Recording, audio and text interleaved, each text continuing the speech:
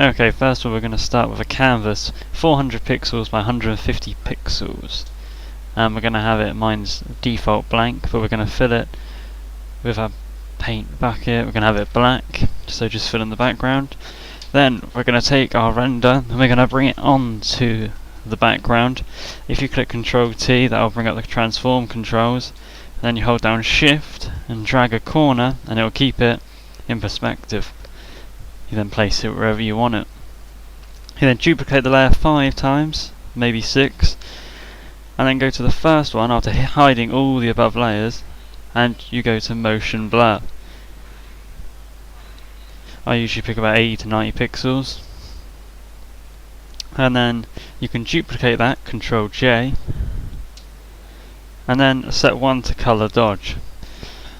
That way you sort of get the lighting through. Looks pretty nice. Now we're going to reveal the layer above, and with this layer we're going to take the smudge tool and we're going to pick the brush which looks like a leaf or a flower looking thing. I'm going to put it down to about 13 or 14 pixels. Remember though, you need to go and enable scattering for this. And then basically you're just going to work away all around the outside of the image. Just blend it outwards. Doesn't really matter too much if you make a mess of it.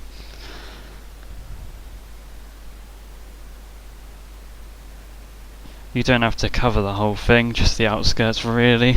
And then you can set it to anything you like. You can flick through them. I usually set it to lighten. Color dodge, one of those two usually.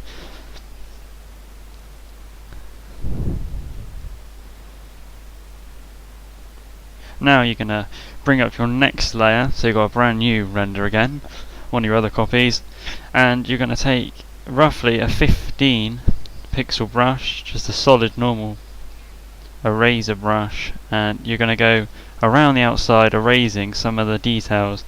I've noticed a lot of people make the football ones, and you can really tell that they don't blend in the background because you can see the outline of the player. In this, if you set the opacity down as well, you can lower it.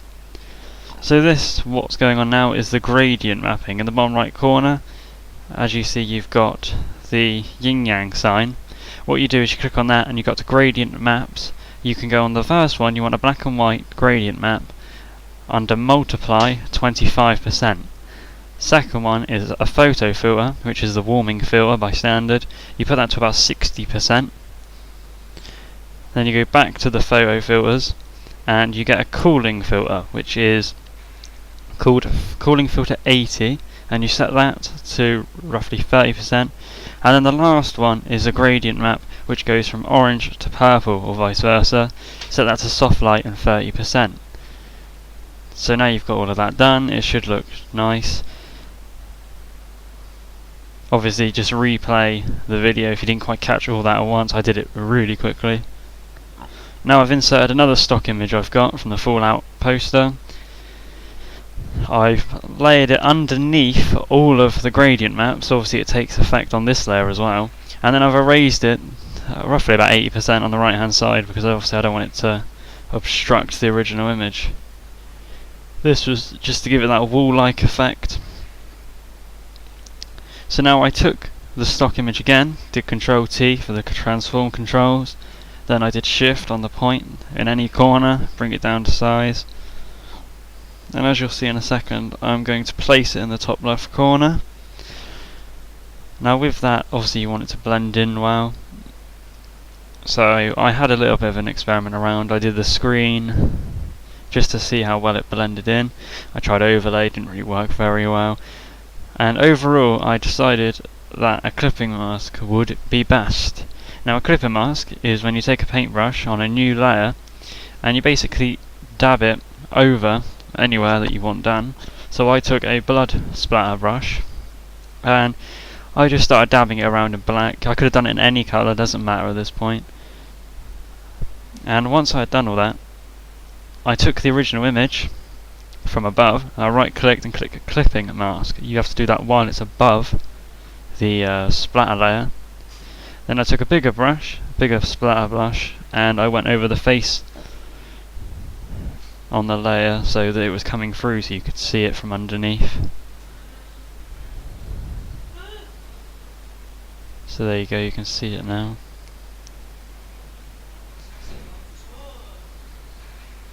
Then I just layered it, made it all tidy, brought the gradient maps up.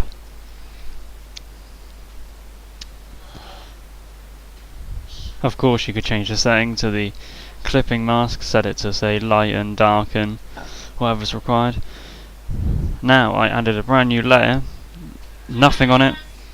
I took a brush, 200 or 100 pixels can do depending on what size you pick, and with the black you can darken all around the outside, but because it's on overlay, all it does really is darken it. It doesn't put a solid black mark over the top. If you choose the white, it highlights it, the lighting appears. As you can see, I can lighten the armour, I can lighten the outside, I can lighten wherever I need to, or I want to be the focal point, as I'm doing there.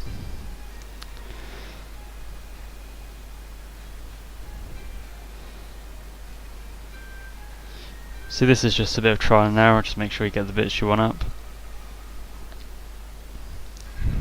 Next, I made a brand new layer, and I went to image, apply image, to get all the layers combined from underneath. And I right click, went to blending options, I went to stroke, inside stroke, and at this point it's really down to you what colour you want it to be. If you want a gradient back stroke border, even if you want a stroke border that is.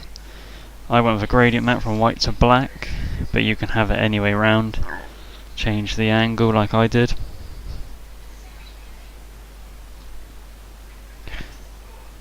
In the end I didn't even need to use a C4G, I just had that inside the document anyway in case.